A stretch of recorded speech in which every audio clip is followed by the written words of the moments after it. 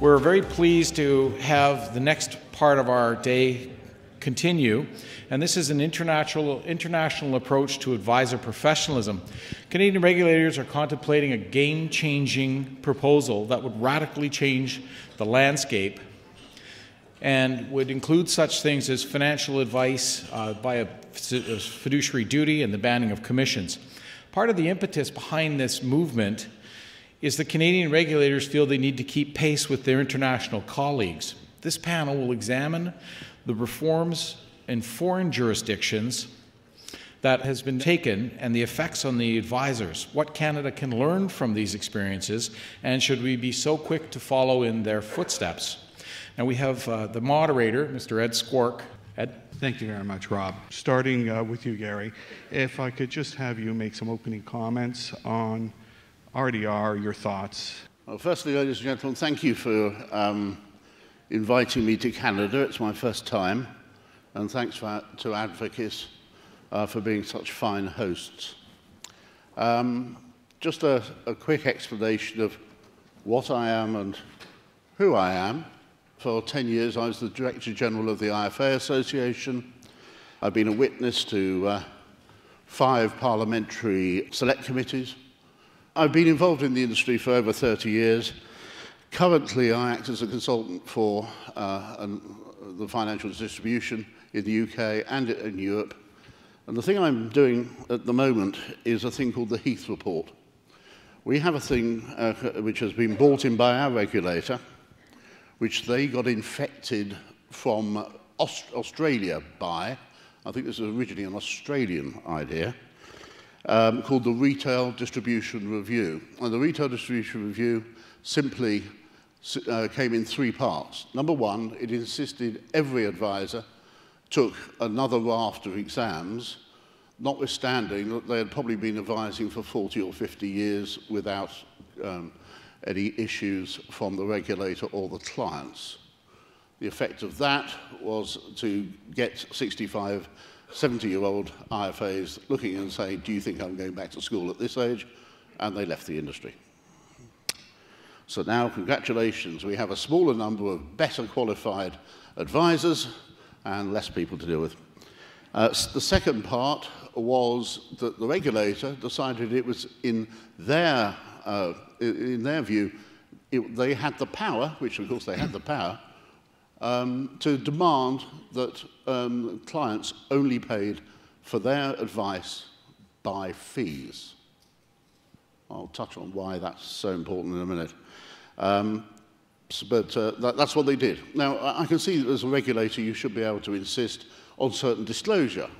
You know, what is the client paying for? What is the relationship? What is the contract between the client and the advisor? All good stuff. But to have the regulator actually come to a consumer and say, you can only pay one way, is, I think, an abuse of power.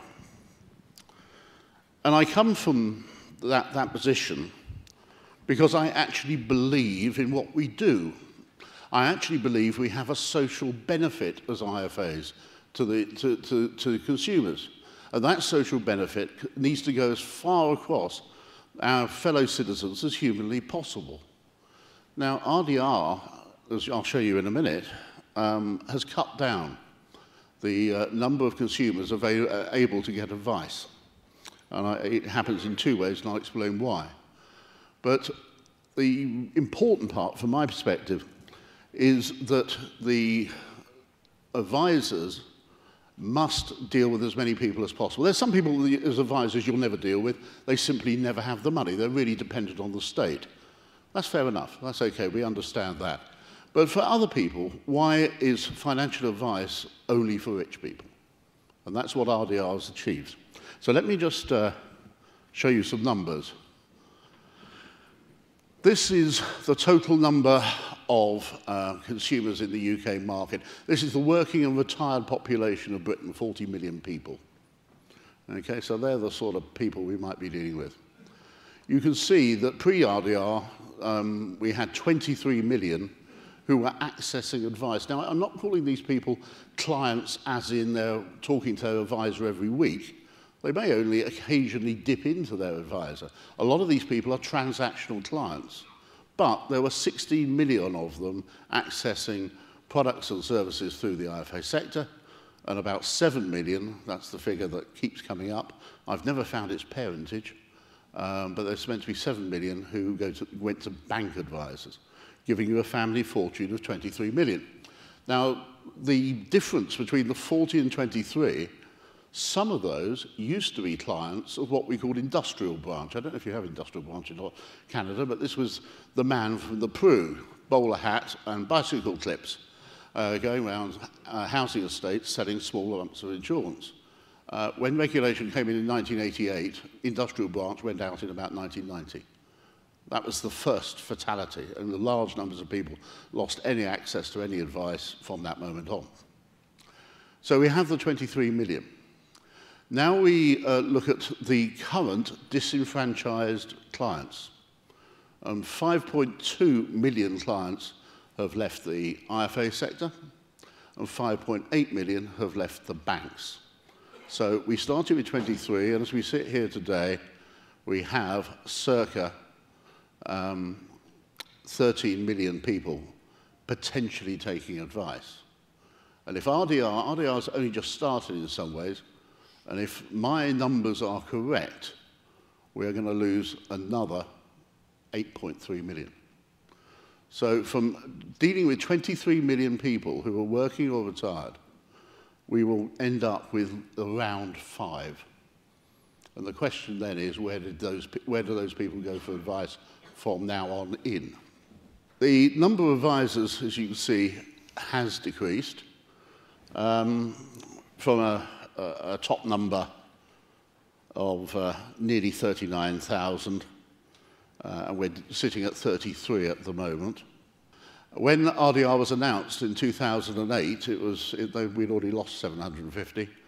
By the time the Treasury Select Committee heard about RDR, and I think this is the time when people started taking it seriously, we had already lost over 3,000 IFAs, and the banks stood at 8,750 advisors. Currently, IFAs 33,000, and the last figure we had, which was January this year, it was 3,500 for bank advisors. Now, I think that figure actually is vastly over-issued. Banks have been sacking advisors like there was no tomorrow. They were actually great cheerleaders for RDR, and then rather annoyingly at the end found they couldn't do it either. They actually thought it was going to be a great way of moving lots of small businessmen who were going to the IFA and grabbing them for the banks. In the end, it didn't turn out that way. Then we could end up with next to no banking advisors in the period. So we come back then to that 11,000, which is the number of advisors lost so far. The problem is, as you lose people, the people who are being lost are the ones with the most clients. So if you are a transactional IFA, and by that I mean your clients come to you from time to time with a problem. I'm getting married, I've had a child, I'm getting divorced, and you know, that sort of problem. And you're meant to sort it, aren't you? That's what you do. That is a transactional business, and it needs hundreds of advisors. Sorry, hundreds of clients for each advisor. The ones we've had so far dropping out, every IFA that's been lost had about 900 clients. So you're losing the people handling the big numbers all the time. The banks, well, they don't have clients in the conventional sense, but we reckon that each advisor was handling about 1,100. What did RDR do to us? Well, we've lost 11,000 advisors. About 11 million consumers have lost their advisor. And in addition, about another 8 million, I guess, may do. In my report, I've split the IFA world into 3 lumps. The first lump is called boutique advisors. And interestingly, as we sit here, they're equal lumps. They're each 11,000 advisors, roughly. Now, this is a pretty rough corralling of advice, you know. But it works in terms of the numbers. So the first lot are the boutique advisors. These have high net worth or mass affluent, usually mass affluent. The advisor will say they've got high net worth. They're nearly always mass affluent. People, on average, on my numbers, 65 per advisor. That's it. And they vary between 10 clients and about 120. So 65 is the average. So 11,000 of those, the maximum, they can't even get to 1 million clients between them. But, of course, they're doing a great job for their clients. They're loving their clients to bits. The clients pay fees, they get reports, they get face-to-face advice. Whether they need all this stuff is another great debate, because one of the problems regulators have is to understand that the people who need the advice most are in the least position to pay for it, which is, again, one of the problems with getting rid of commission. The second lot I've called segregated, and they have some clients like the boutique, but they also try and service a wider number of clients, basically by putting their staff first. They will have power planners who are, a power planner basically is an advisor without a sense of humour. Yeah.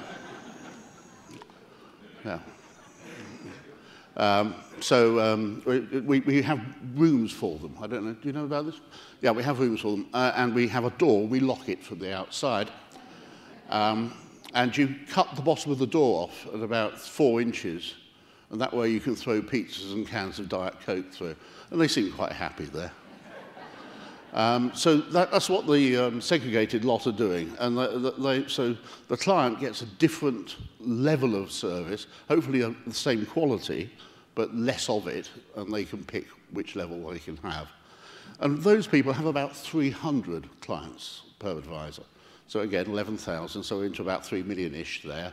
Actually, bang those two together, you get to about 4 million. The final lot are what I've referred to in the report as the undefined. I did actually use the term with one journalist because I couldn't remember the word undefined as the terminally confused. And this group are very much the transactional IFAs. These are the people who have been hit by this commission issue. Because whilst I think clients actually understood that you were being paid by commission, they didn't, I think, understand that the swap would be that they would pay for it. And the problem for a lot of transactional clients is that they're being asked to pay commission at a time when they haven't got the money to pay it. They are lower down the financial stream. They probably haven't got as much income or access to income.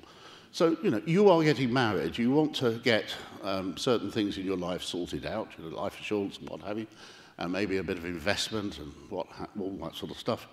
And under the new regime, your advisor marches in and says, yeah, that's great, and I'll have 500 quid, please, or £1,000, or whatever the rate is.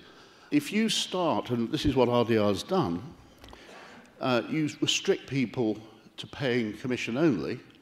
A lot of the people who are lower down the social chain, which we were helping and doing something for, no longer now are able to take that advice. The more people move to a boutique advice, the other problem with that is that they probably started with larger numbers of clients as well. So those people have been disenfranchised too. And one of the problems is that we actually haven't told them yet. So quite a lot of people think that they've got a financial advisor, but actually their capacity is completely full. So there we go. Let's sum up. Regulation in the last 25 years. This is just a little educational lesson on where we've come from. 1988 was the famous act. We started with voluntary self-regulation by sector. So the IFAs had one regulator, the solicitors and accountants doing investment business had another, the insurance companies had a third, Loutro, let's all unite to regulate offal, etc., etc. They all had their own one. And that was pretty inefficient, to be honest. And the banks complained bitterly they had to be members of more than one regulatory body.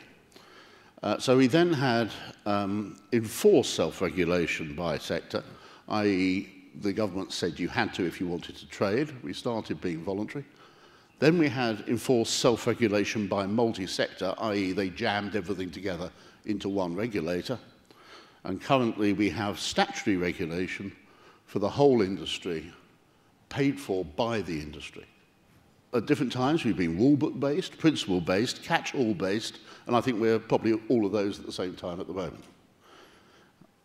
In terms of costs, direct costs of regulation, 450 million. That's what the FCA, our regulator, is costing policyholders and shareholders, and of course effectively advisors, but the advisors pay it on behalf of their clients. Then we have a compensation scheme sitting at another 313 million. And we have a thing called the Money Advice Service. The lady who's on before me, she's paid for by the government. That's a great idea. This is paid for by us, but we have no influence over it whatsoever. So we have something like 800, nearly 900 million of direct costs. And now I'm not talking about indirect costs. The average IFA regulatory costs are about 25% of the turnover. And we have little to no control over it. So where are we? Well, currently we have a politically correct quango. I just not. It worries more about whether the staff it employs come from the right social backgrounds than whether they can actually do the job.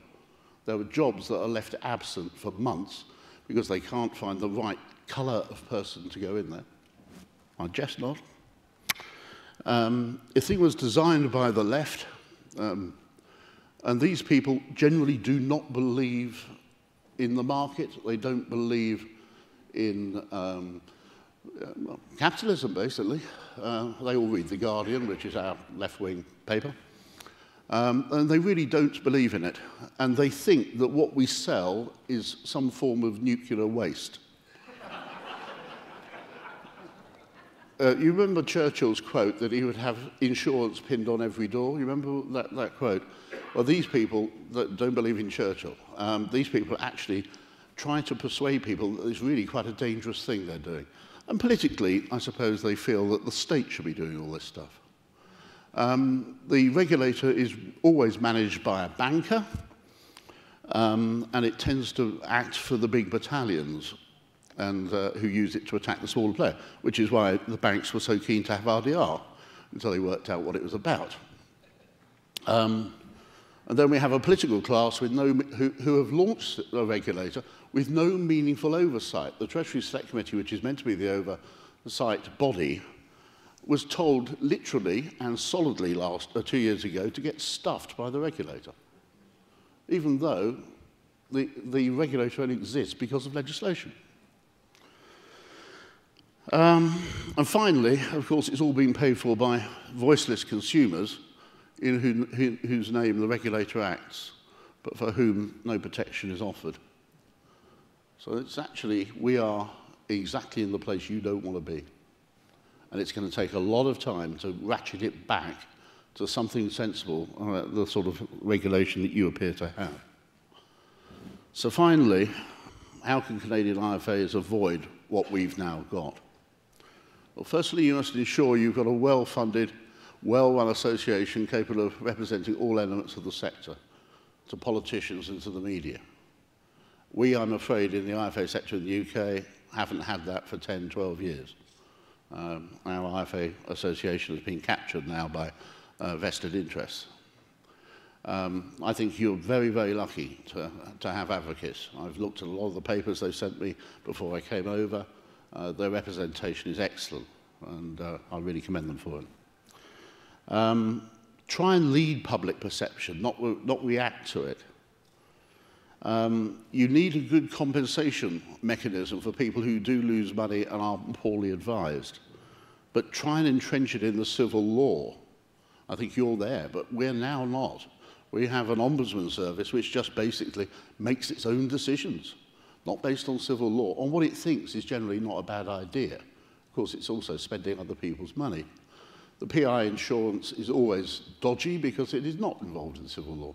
So our PI is expensive and sometimes difficult to get. And finally, I would suggest that you use the ability of IFAs to explain complex things simply. That's what you do for a living, boys and girls. Yeah? You take complex things and you present it simply to your client. Well, do the same thing for politicians. Get out there, explain what the real world's about, because I can promise you that there will be regulators willing to explain something else. So you need to be out there and do it.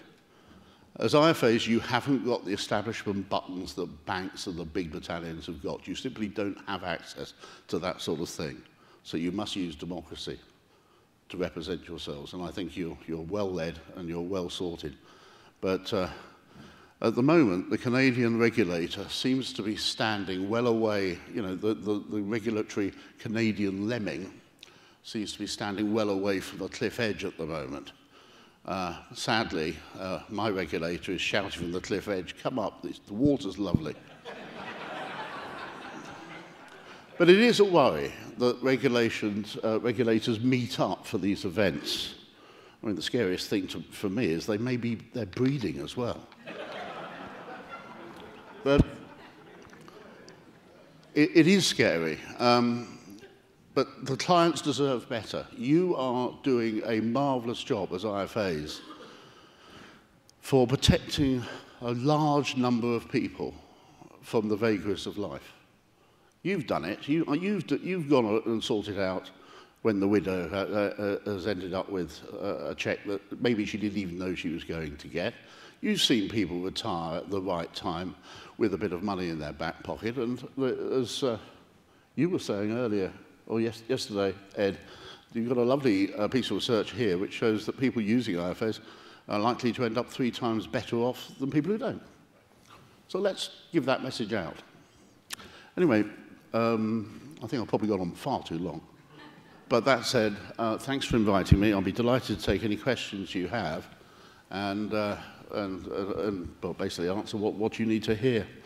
But it's nice to come here, and I have to say, as I have to go back to UK regulation, it'd be nice to stay. Thanks, Gary.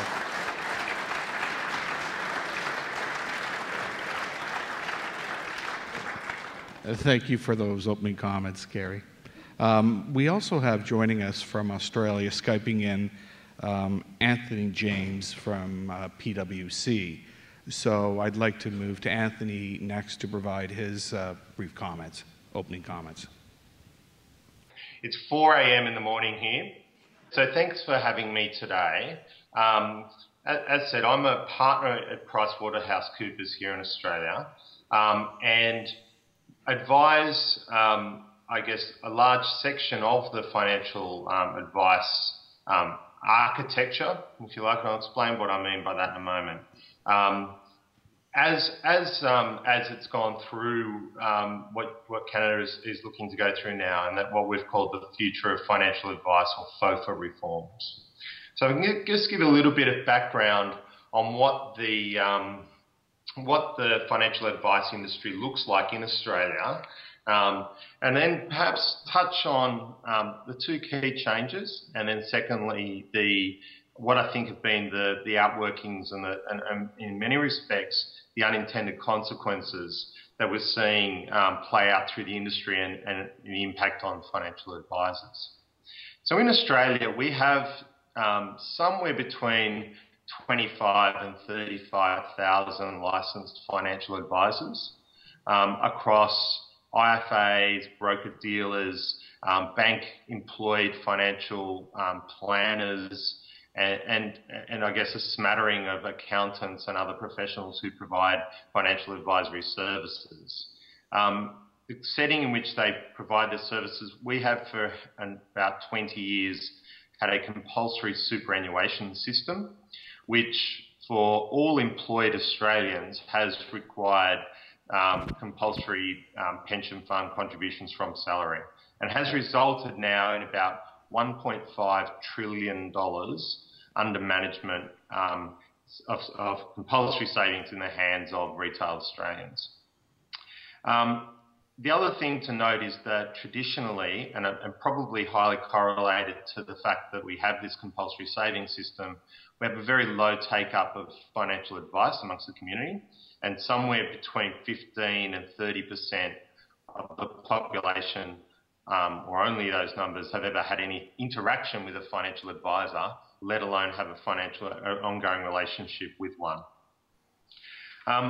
Finally, I think it's worth noting that the industry has, for many years, been heavily regulated.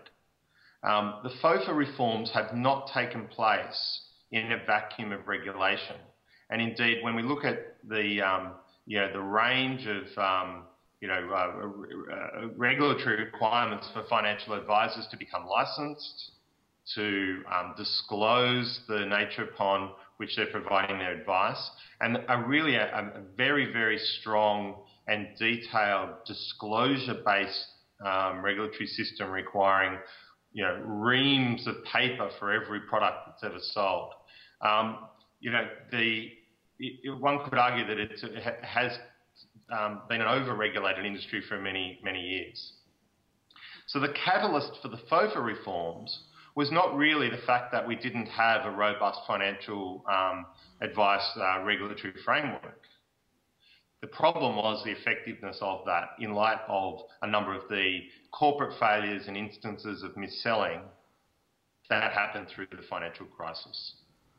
And the reaction of the political machine to those failures was indeed a very detailed commission looking at all aspects of the industry, and a subsequent political process that highlighted two areas of concern, one being the way that financial advisors are remunerated, and in particular the impact of commissions, and secondly this concept of fiduciary duty and what became ironically or anachronistically called the best interests duty. And then a number of other reforms related to training and regulatory powers and whatnot. But those two areas, the commissions and the best interest duty, are the two sort of key aspects of the FOFA reforms. Now, from an advisor perspective, most of financial advisors are in some way owned by the big banks in Australia. And I think that's very important to understand. The IFA community often operates under the license of the big banks. They may be branded in different ways, but they'll operate under the infrastructure and license of the big banks. And so any reforms in terms of commissions plays out in a situation of vertical integration. So the way that I think when you look at the way that the industry has been structured, what commissions did in Australia was facilitate an open architecture product dynamic, in that when you have a look at the way financial advice is provided, and predominantly via wrap platforms, and I think that's a very important understanding, and other administrative tools, whilst advisors have traditionally been remunerated by product commissions, their proposition through the wrap platform was based upon providing access to a wide range of products. And so whilst intuitively one would think that a product commission would promote the sale of house product, indeed the reality was that consumers who took a financial advice were actually getting access to a wide range of financial products beyond the house product. So the main reason for that being that the banks were making most of their money on the margin on the wrap platform rather than through the financial advice itself. Now, when FOFA came in, not only did it look at banning commissions on product sales, it also banned all retrocessions along the value chain. So all rebates and other commission-like payments that took place B2B, whether that be between the product provider and the wrap platform, or the wrap platform and the financial advisor. So it's the ban on commissions extended right throughout the value chain. And one of the real concerns that we've seen is that whilst nobody would argue that consumers having full transparency about how their financial advisor is being remunerated is a good thing, the FOFA reforms and the ban on commissions have fundamentally changed the economics of the financial advice and investment value chain. And so, whereas the banks and financial advisors used to make money out of the advice and distribution activities that were associated with financial advice, and therefore were less concerned about the margin they made in product, the changes and the taking the economic rent out of those parts of the value chain has meant, ironically or perversely, that there is now a much bigger push for vertical integration, a much bigger push for banks selling their own products, and a much bigger push for reforming the way that financial advice is actually provided. And this, I think, picked up in the last explanation about the UK, a big change in what the consumer interface will look like. And so where we are headed, I think, is that whilst no one is really concerned about the advisors themselves. The advisors are doing well. The advisors who survive are doing well because they're focusing on less clients, more profitable clients. But ultimately, the mass of the population who can't afford to pay the check to the advisor for the advice is going to drop out of the system. Now, the problem for the banks is that they can't make money on advice. They've got to sell more of their own product.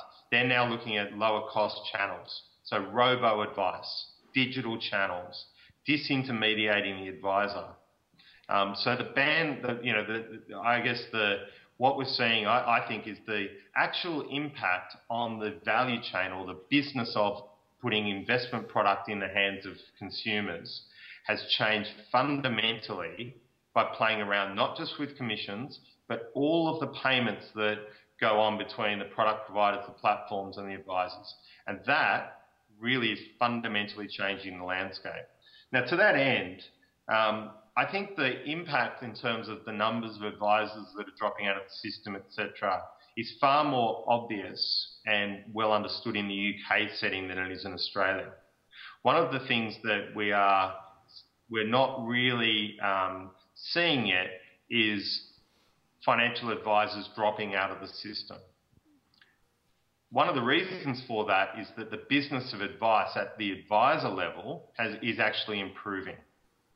Okay, so everybody's seen margins across the value chain are shrinking, but the only winners are the financial advisors left who are successfully transforming their business models to a fee-for-service proposition, and the banks who are focusing on selling a much narrower suite of in-house product to the exclusion of product from other providers.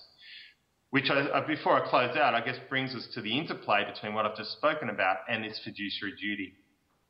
So at the same time as playing around with the value chain and the bank's economic model and creating an imperative to sell more in-house product, the introduction of the best interest or fiduciary duty has imposed a whole layer of complexity on how you actually go through the financial advice process and end up in a situation where you're acting in the best interests of the consumer.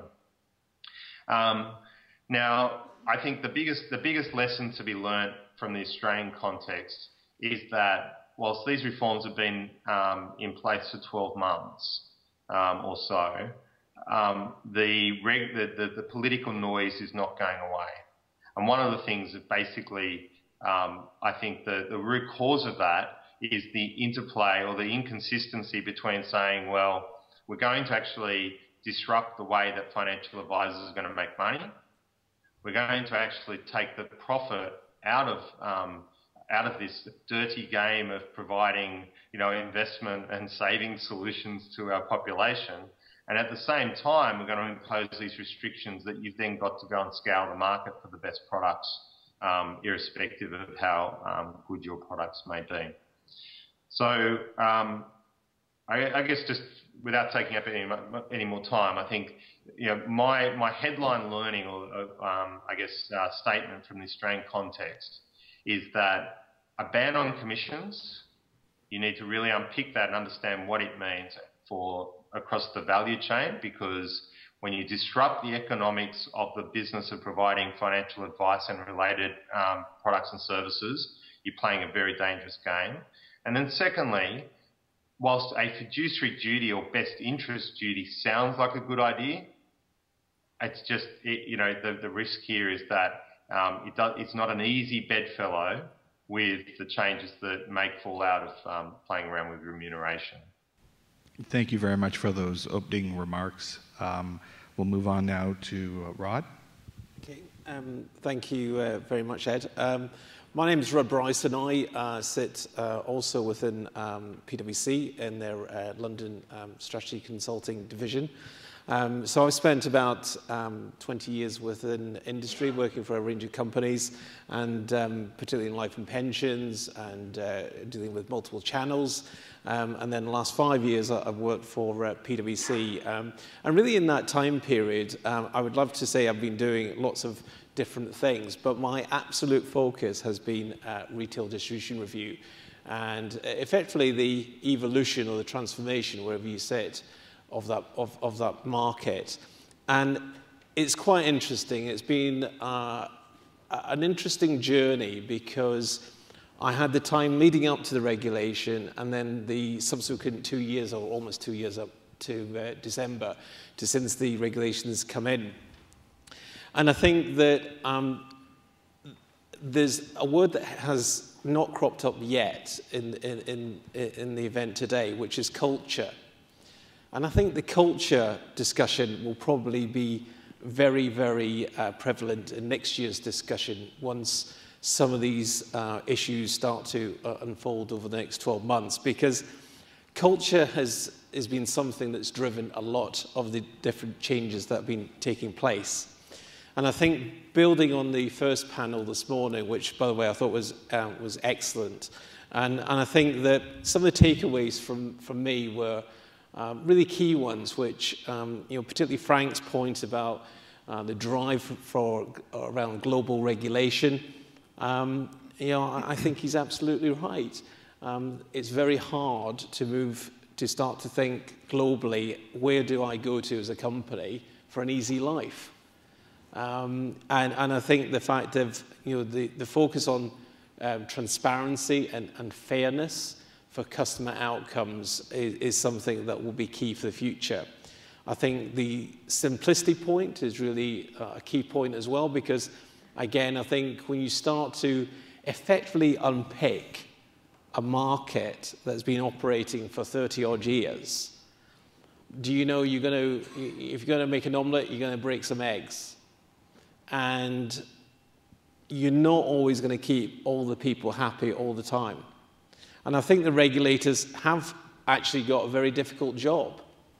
They're not looking at whether or not it's Gary's issue or Ed's issue. They're looking to try and get the sum of the parts of the entire room. That's a hard job to do. So I think that proactive engagement came out this morning, and I thoroughly support that. But this is really an entire global industry that's on a curve of evolution. And I was in South Africa at the end of last year. They are going through a similar RDR and will be. Singapore and other markets. And I know Anthony very well. I've spoken to him and his clients a number of times with FOFA.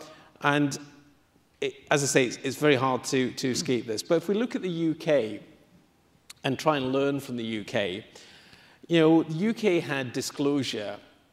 We were discussing this earlier, from sort of late 90s. And the fact of the matter was, do you know what? Disclosure just didn't work. It was a process. but nobody really believed in the process. So the key point was, did customers really understand what they were being charged for? And when they walked away, did they appreciate that? And that didn't really work. The industry fought the charge, or the change, I should say. So as Gary was saying, it was quite a fragmented approach to challenging the regulation. There's a lot of infighting. But the key point was that they didn't embrace it. They absolutely fought it. And that really put rise to the fact of, is the industry capable of listening, of changing, of evolving? And in effect, the result was no. We have to ban commission, we have to do things, because the industry's not listening to what we're trying to say. And I think that's a fair charge based on what at least I personally witnessed in the lead up to that point.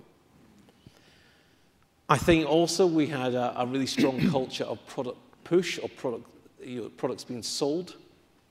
And again, I don't think that was a particularly good outcome for customers. In some cases it was, but in the main it wasn't. It was driving remuneration for advisors rather than necessarily great outcomes or good outcomes or even adequate outcomes for some customers. So when you start to look at that, I think it's incredibly hard to say whether or not RDR in the UK has worked or not worked. And I think it's going to be another 3 to 5 years before anybody can articulate a proper answer to that. There are certainly good things, and there are certainly things that maybe could be improved. But if I was doing it, there'd probably be things I'd always want to fix. And I think, I think Joanne, one of the panelists earlier on, said something similar. This is a journey of evolution for some of this. And I think that goes to the culture of an industry that, can it adapt? Has it got the agility to really move for the future? So then if I just move on to customers, and I think people sometimes forget this because we talk about financials, we talk about metrics, we talk about Excel spreadsheets, we talk about quotes, we talk about lots of different things. And in the mix of that, then you've got the customer.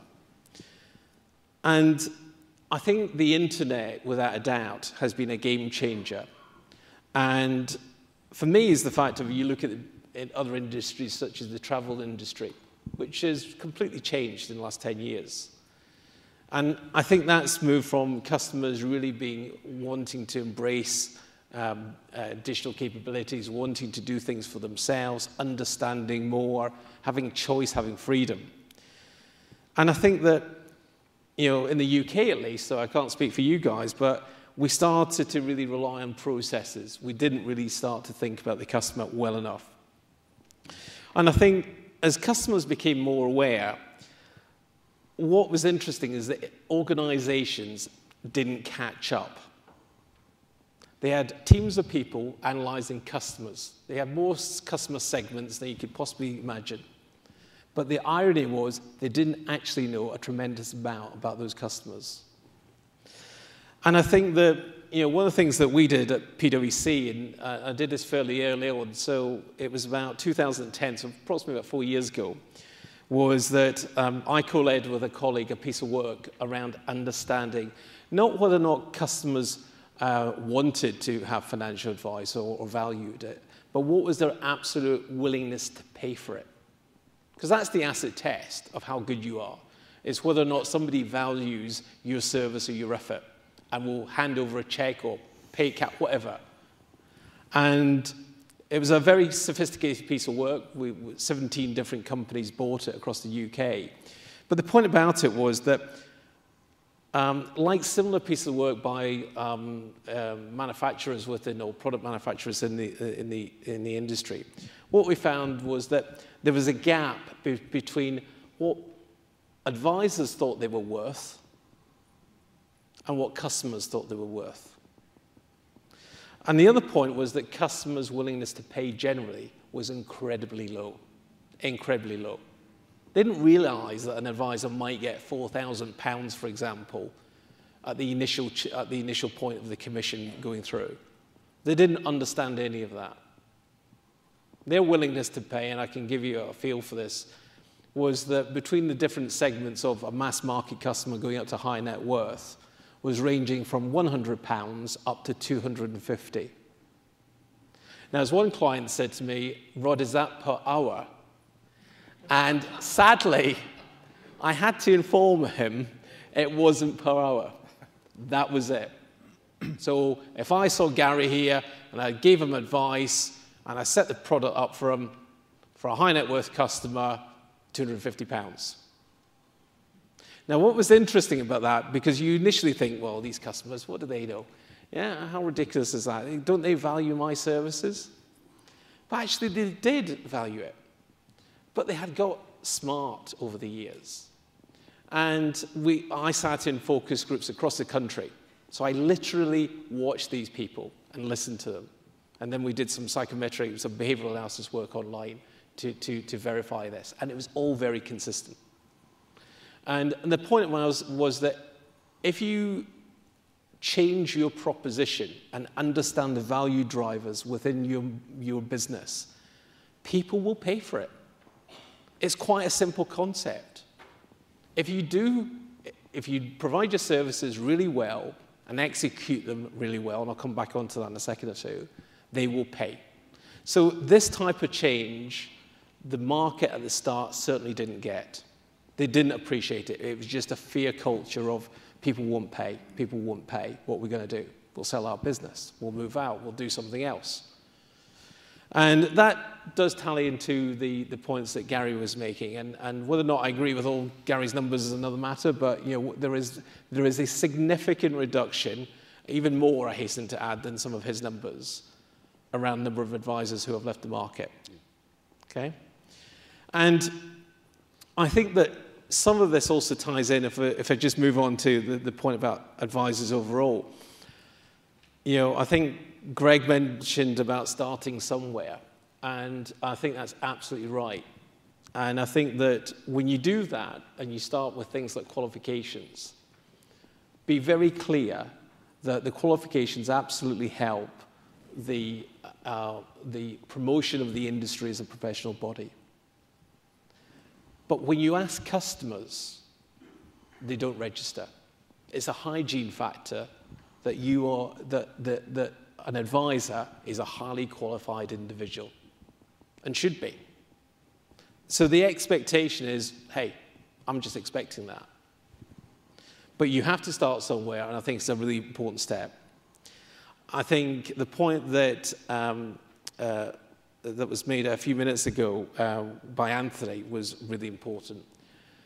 I think if you're an advisor who's got an entrepreneurial spirit, who wants to do the right thing for the customer, who really wants to embrace and make his model more efficient, his business, this is a great time. There's not many times in a market where it's truly evolving, and this is one of them. And I think that when you become more entrepreneurial, the organizations that are willing to do that will succeed.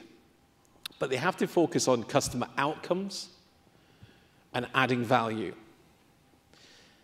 And I think what's really interesting about this is that it's not a race to the bottom. You can charge for these services, and I think the other point about it is often you're actually doing services, or certainly the UK advisors were doing services that they didn't actually charge for. And actually, this is another key point about understanding the underlying economics of the business that you operate under. I think that when you start to look at these things, the other point about it would be that it's about operating in the customer's best interest. And that was one of the feedback that we certainly got from our research, that customers didn't think advisors worked in their best interest. It was an absolute quote from 2 or 3 people. They felt that advisors worked in their own best interests. And that's not healthy. That's not good at all. And I think from that point of view, that was the perception. Having said that, I know lots of advisors that do a great job. And I think what you'll find is that with the reduction in advisor numbers, what I would hope for is that the advisors who are left, who are entrepreneurial, who want to change their proposition, who want to do the right thing, those are the advisors who will succeed. It creates a different set of challenges, which is how do you scale that model? How do you make it more effective? And I think the commercial reality for RDR, certainly in the market, and I think something that I would suggest that the Canadian market really learns from. And you might be completely different from the UK. But just speaking from experience in the UK was that the market didn't really understand the costs or the economics of the business. Surprisingly enough, they thought they did. Many of the big banks thought they knew how the market was, how their business operated, until absolutely opening up the bonnet of some of these services they were providing, understanding how much the advisors were costing, what the risks were. And for them, they decided it wasn't costly, it wasn't cost effective. So they decided to leave, coming back to Gary's point. But I think then, in terms of that commercial sort of reality, is the fact of, if you deliver it, they will pay. I think that one organization in the UK who's done very well in the last few years is a company who many of you will have probably heard of, which is St. James's Place. And St. James's Place, one of the things that they do very well is that they've got very clear propositions, and they present them really well. And I think this is one of the points I'd make around execution. So apart from having the clear business model, the clarity of designing the proposition, it's about how consistently well are the advisors in your business executing on that. Can they present how good your investment service is? Can they actually deliver on it? And it's almost taking examples from retailers. So retailers know exactly how long it takes you to get around the supermarket. They know exactly how long it takes you to do X, Y, Z. And I've helped a client go through RDR transformation. And what I found interesting was we helped them with the proposition, got to that stage, and they said, Rod, do you know what? We're okay in execution. We're gonna do this. We really know it. 12 months after RDR, last November, December time, I checked on that client, did some extra work for them, and I found the execution was all over the place. It was very inconsistent. But the people who had nailed the execution had got the proposition. If you had a choice of 15 companies, you knew which ones you'd choose if you were writing out a check. So being clear about that, being clear about the execution is really important. And I think that then, though, drives a final sub-series of challenges, which is around customer segments. And Anthony touched on this, and this is a really important point for me, which is being clear about what you want to be as a business. Where in the value chain do you want to play? And many people avoided that question because it faced harsh realities. They didn't like the answers. 2 years later, there are organizations still trying to duck it, but absolutely being left with not very long left to make those calls. And I think that when you start to say, where do I want to play, and you look at realities, and the initial reaction, and I think we slightly touched on it earlier, was the easiest reaction is, well, I don't think people will pay for my services. Therefore, I'm going to go up market. That's the easy thing. People with more money, they'll pay for it. In a sense, that's true. But the reality is, there's not enough of those people. Not enough. And people who thought that 2 years later are finding they're having to reverse that and think again. But as Anthony said, similar traits in Australia is that in the UK we've had this challenge for the last 18 months now, which is how do you serve the mass market, basically? How do I create an operating model that serves that model, that market economically? Now, whether or not that's digital, whether or not it's robotic or self-service, I'm a great believer in the kind of face-to-face advice. But I absolutely think that technology will have to make improvement, will have to help solve that issue of not necessarily remove an advisor, but think how an advisor is used differently. And what's the process that's around that will reduce the costs, reduce the time, and maybe not cover all needs. Maybe focus on one specific topic, transactional, call it what you will. And I think that when you do that, it will require innovation. It will require a culture that says, how are we going to do things differently? And how well do we know our customers? So in summary, I'm really incredibly optimistic about the whole market. You know, I think customers will get really good outcomes moving forwards. I think in the UK, and I think the thing that you could take away is the fact of, you know, some things haven't gone quite right, but some things have. You know, and coming back to Gary's point about advisor numbers, and as I say, I think they are a lot less than those numbers. But there aren't consumers outside of bank branches holding placards saying, I want an advisor. And I think until you know, the industry, certainly in the UK, recognizes it's going to have to offer something different to customers, customers are going to vote with their feet.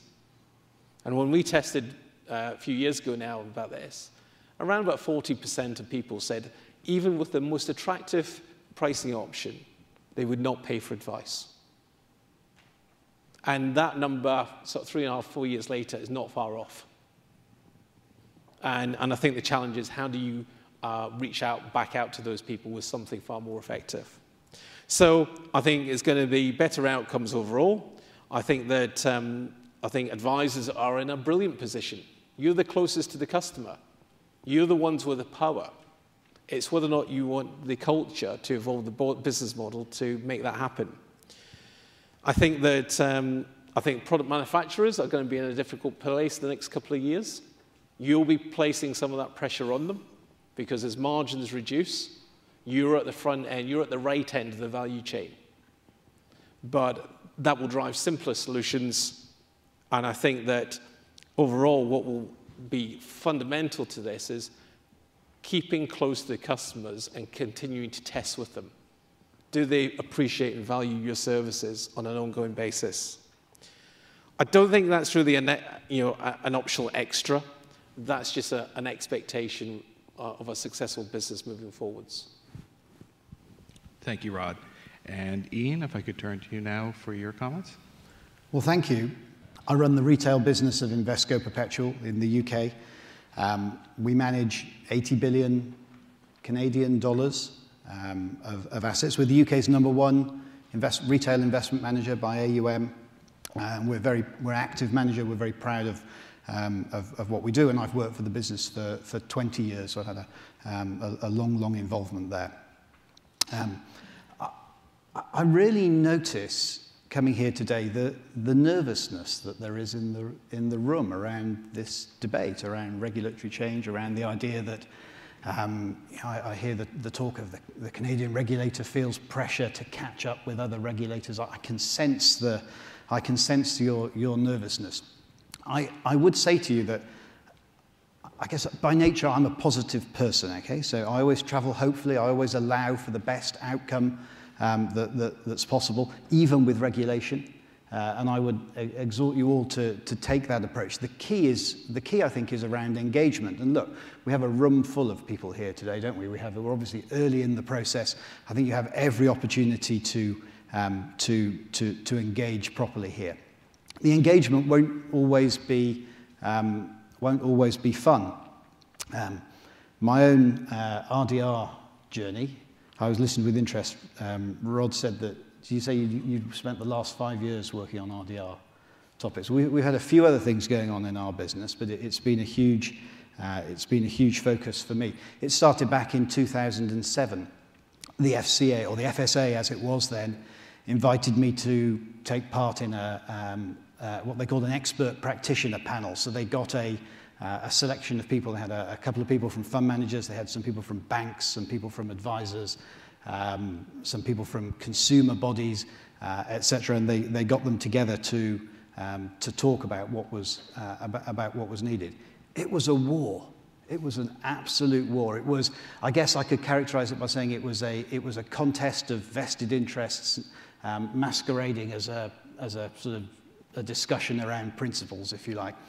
And yeah, and what happened after then, we've had, I heard one of the panelists earlier say that the regulator here was proceeding with, in a manner that allowed for consultation, etc. So we were consulted with endlessly. We had huge amounts of consultation. We had papers that went back and forth. We had a regulator that frankly couldn't make its mind up at times, and sort of the direction of travel flipped from one way to to the other. So the process went on for a long time, but I would absolutely echo what the other panelists have said in terms of get engaged now and stay engaged with it.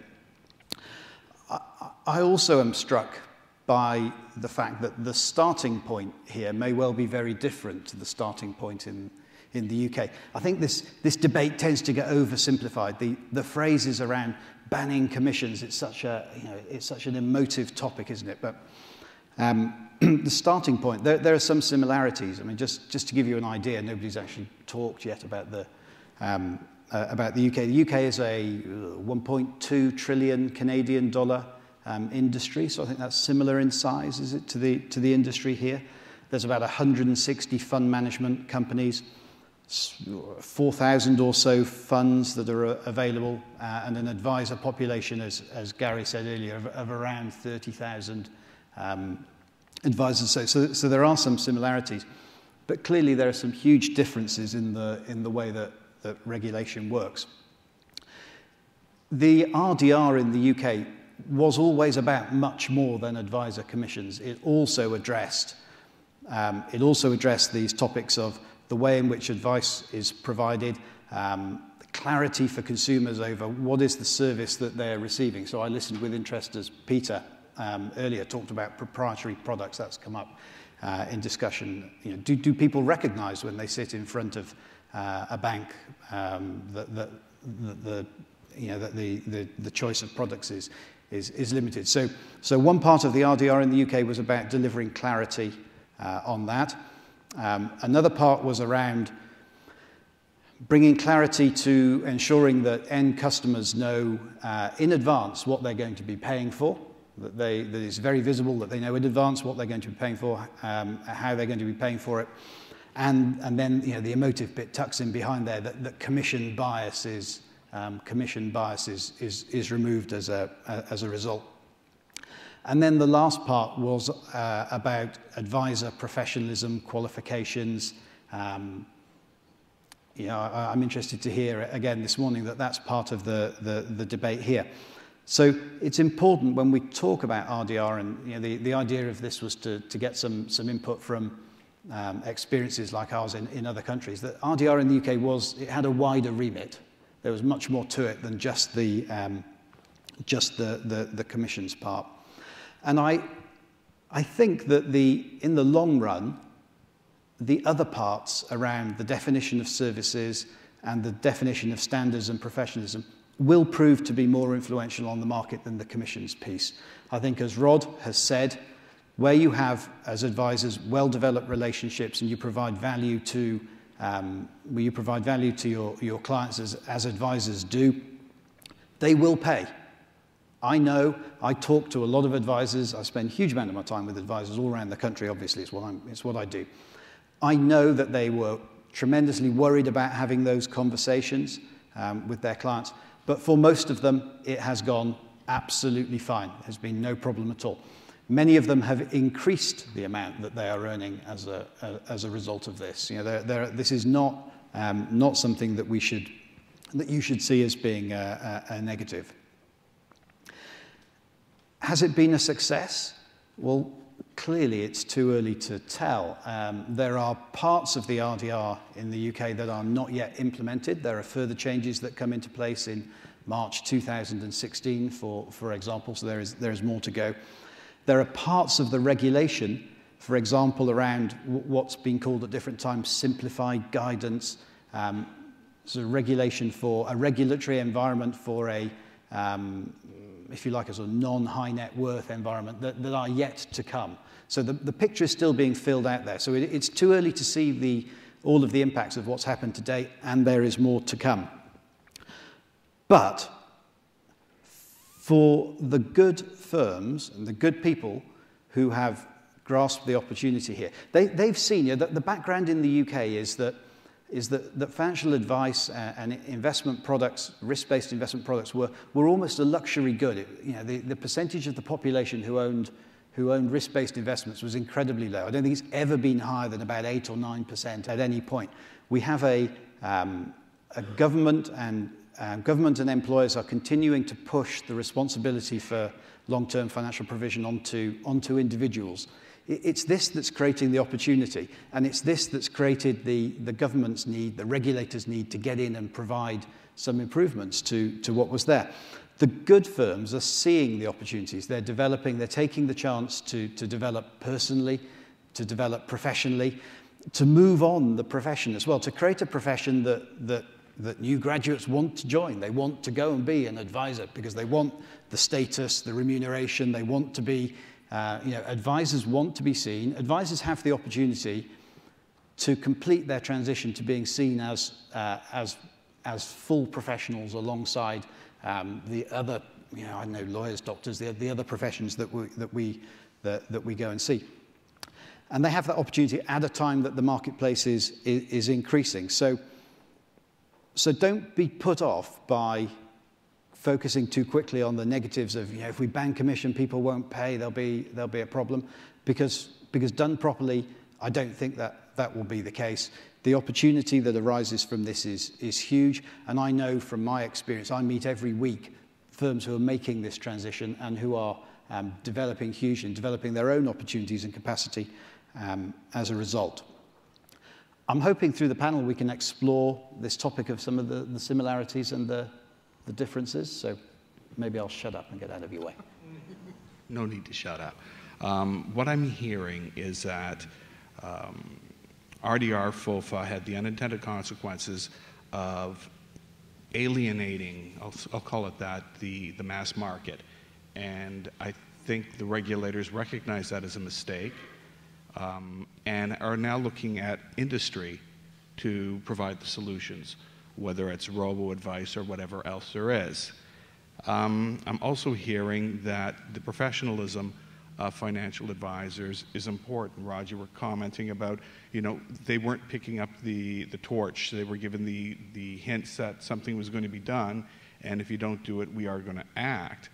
Advocis and other stakeholders have been watching this development very closely, and we proposed a bit of pushback in saying, rather than remove choice and creating that gap, that advice gap for the mass market, let's work on enhancing the professionalism of financial advisors, ensuring that all consumers can have access to a financial advisor. So the question is, if you had the opportunity to roll back the clock and start over, would you support a higher standard of professionalism for financial advisors rather than going through this route of such disruption to the market and then rebuilding it? I'm going to start with Anthony, if you don't mind, just because he is on Skype and I don't want us all to, and there you are. So would you like to start? I think from the financial advisors through to the consumers and regulators, no one would argue that professionalism and increased standards of advice is a good thing. I think it was mentioned right at the beginning, though, that the skills of very experienced advisors don't relate necessarily to their professional, their academic qualifications or whatnot. I'm pretty sure that if you had a look, Bertie Madoff would have had a university degree, right? And so from the dialogue in Australia here, I think it's really, I think the professionalism goes beyond the qualification of the advisor. And really, I think we've got to, as an industry, a global industry, focus on what is advice, what is quality advice look like, what is the proposition. And so what's been missed, I think, in the Australian context is by assuming that if we raise training and raise qualifications, we're going to get better quality of advice. It really hasn't tackled the issue. And the issue really is, how do we get better quality of advice, more professional quality of advice? So I think as an aspiration, most certainly, we should be raising professional standards, and we should be all aspiring to a position where the profession of advice is a well-recognised one, and people are, as you say, graduates are putting their hand up to join the profession. But I think the dialogue around what is good advice, what is quality of advice, what is the alpha of advice, that's something that, you know, if I was starting again, that's where I'd really go. Instead of looking at the bad and the misbehaviours and mis-selling, I'd be looking at, well, articulating what is good advice, what does it look like, what's the benefit for consumers, and then how do we build an industry or build a proposition to meet that, rather than just jumping to more compliance and more standards and more training and more qualifications for financial advisors. Because I just don't think there's a strict correlation between, you know, sitting exams and meeting all these other things and getting great quality of advice at the end of it. We've got to disrupt what that advice looks like. Would anybody else on the panel like to comment? You need both, don't you? You need to have, if you look at what other professions do, if you look at how accountants work, at solicitors, etc., then, you know, they have a basic training requirement that's high. They then have ongoing, continuing professional CPD, CPE, whatever we call it. And they also have the need to gain real on-the-job experience. And the people who are really good have got all of those bits. And, you know, that's where we need to get to. I think it's important in what I was saying that I don't put across the feeling that this is all a disaster and independent advice is going to die in an afternoon. It's not. What I object to, as a libertarian, I think, is a regulator who decides, without asking the public, what the market should look like. In other words, it's no longer regulating a market that it's got, it's creating a market it would like to regulate. And I have issues with that. Number one, yes, of course, we're now going to have simplified advice. Great. What does it mean? Well, nobody knows, actually, at the moment. And once they have defined it, who trusts the regulator in 5 years' time not to turn around and say that simplified advice is now going to be judged by full advice rules?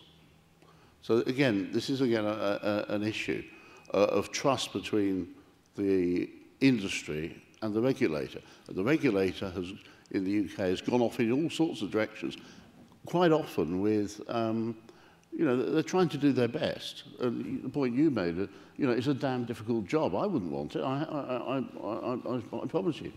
But we do need to try and work out a way that we can deal with the mass market. We did have a method. It may not be very efficient. It was open to abuse, but 23 million people were getting some form of advice. It could be down to less than 5. The regulator says, oh, well, we're going to have this new lot coming in. Isn't it great? Well, we may do. On the other hand, there's no great evidence of it apart from a lot of people talking about it. So you could end up with a situation of high net worth people getting very good advice from very competent advisors and a dirty great hole for everybody else because the 7th Cavalry didn't turn up. And that is a real risk in the UK. You know, there's a vacuum there, and usually nature abhors a vacuum and something comes into it. There's no guarantee that somebody's coming, you know, that this is going to come in the quantity that's needed to pick up that number of clients. Can I just respond to that? Is that I think it's highly speculative to say how much the size of the advice gap is. As I said earlier, it's guesswork and fear. You know, consumers have choice, and I'm equally all for people applying that choice. And do you know what? In the UK, some of them are deciding the advisors aren't good enough, and I'll do it myself. And I don't know the numbers, I haven't tested it explicitly, but I would say that probably it's not an unfair rationale to say, do you know what, I'm going to do something myself and I execute it. I've only got X amount of money, so I'll go off and do it. And for that person, rightly or wrongly, they feel it's the right choice for them. And only time will tell. Yeah. But I think that coming back to your original question, you know, would you rewind the clock, rewind the time? I don't think at the end of the day, I don't think it's particularly great to look back like that. I think the challenge is how do you make it work now? And I think that there isn't a right or wrong answer. It's difficult to make these sorts of changes. But coming back to Anthony's point, I think it's a really good one, which is, you know, it is about a pretty simple model. Yeah, it's a simple model for advisors and manufacturers, which is we want to retain our client's assets and that relationship for as long as possible with as much money or as much assets. It's that simple. The challenge is, how do you do that cost effectively and make sure that customers are happy to maintain that relationship and those assets with you? And I think that's where the crux of where regulators in the industry are really going to have to work together in the next few years to probably what I'd describe it as refine it. You'll never solve it 100%, but it's just you're on a journey of improvement.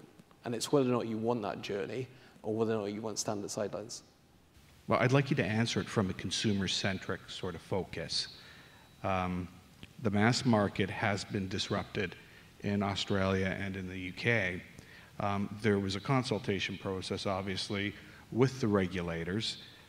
I'm wondering where industry and stakeholders were in this debate, and had they raised these sorts of concerns. Is there any accountability process or system in place in Australia or the UK for the regulators when they create this sort of market with all these unintended consequences? Do they answer to anybody for it, or do they just leave it to industry to then figure out the solutions for them? Yeah, I'll start with the second question first. I don't think there is any accountability. No. I think it's, in many respects, what's happened in Australia is a dead set disgrace.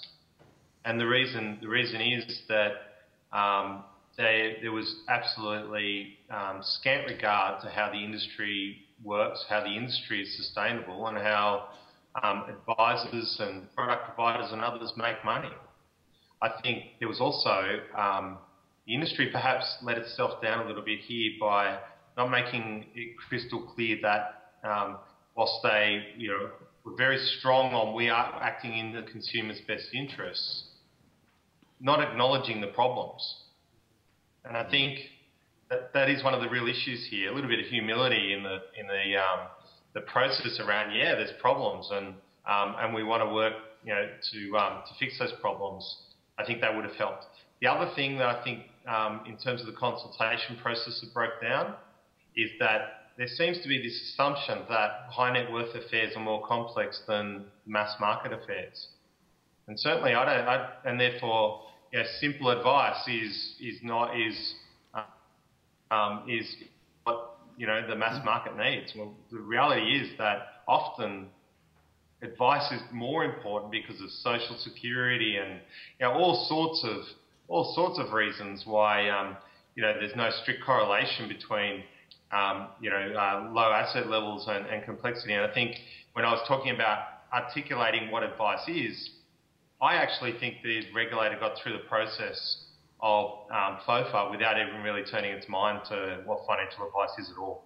I think they looked at, we've got to ban commissions, we've got to do this, we've got to do that, we've got to clean this thing up without actually getting to the nut of what consumers need. Would anybody else like to add anything? Ian?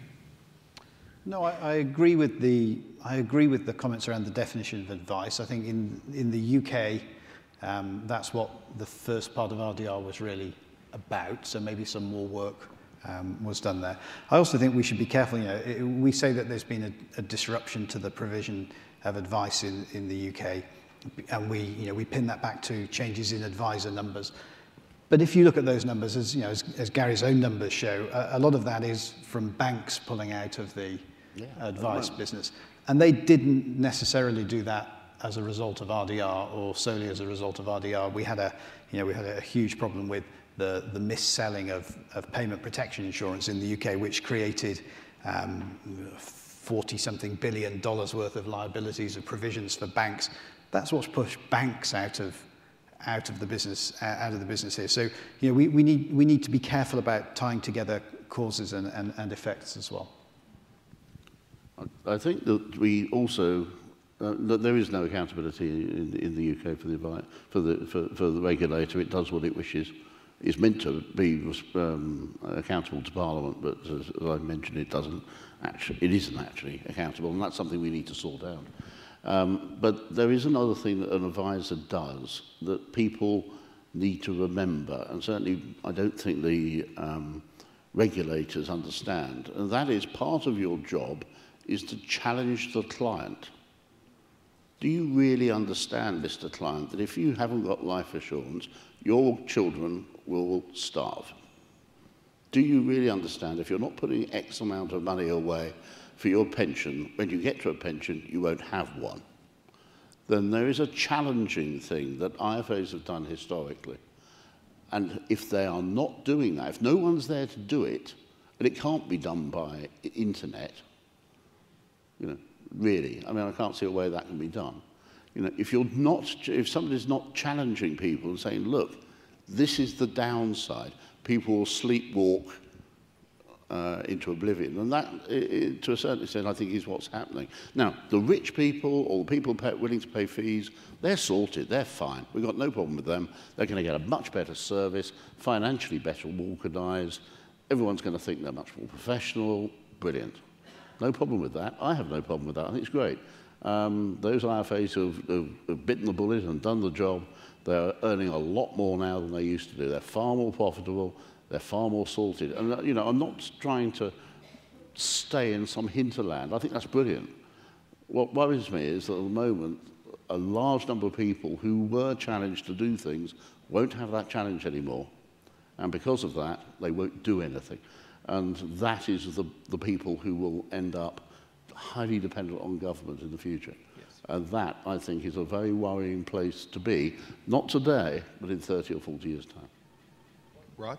I think just quickly, I'd just say that, look, technically there is a line of accountability. You know, I think the biggest, though, is probably with the media. Yeah, if they don't deliver, if there's another problem, you know, no regulator wants to be the person that fails post a financial crisis. So it's a complicated picture, but there is that sort of line of authority.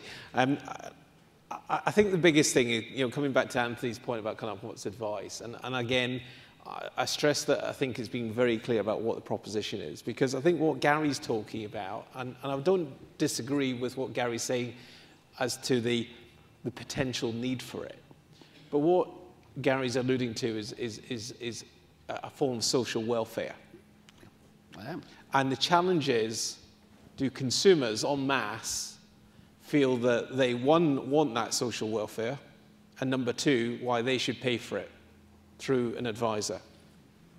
Now, if we're all very transparent with consumers and said this is all X, Y, Z, and we're going to put a premium on it, then I can understand what Gary's saying.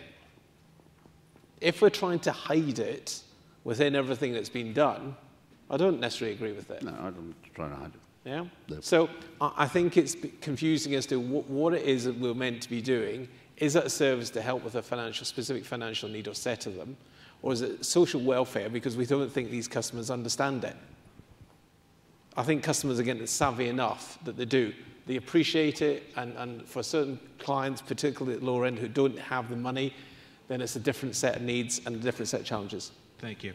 I'm going to give our communications director a bit of a heart attack because I'm supposed to stop, but I have one final question, and I promise it could be a yes or no answer. Can you envision the banning of commissions just on the security side, but not on the insurance side for like products at the same time? Yes or no? No. I would hope not, but I don't think that the banning of commission is the central issue here. UK at the moment we have protection products are still commission bearing and everything else isn't. Anything that looks like investment.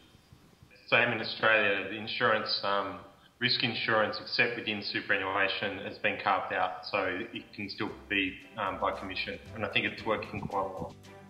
Well, thank you very much, gentlemen, for participating in this panel.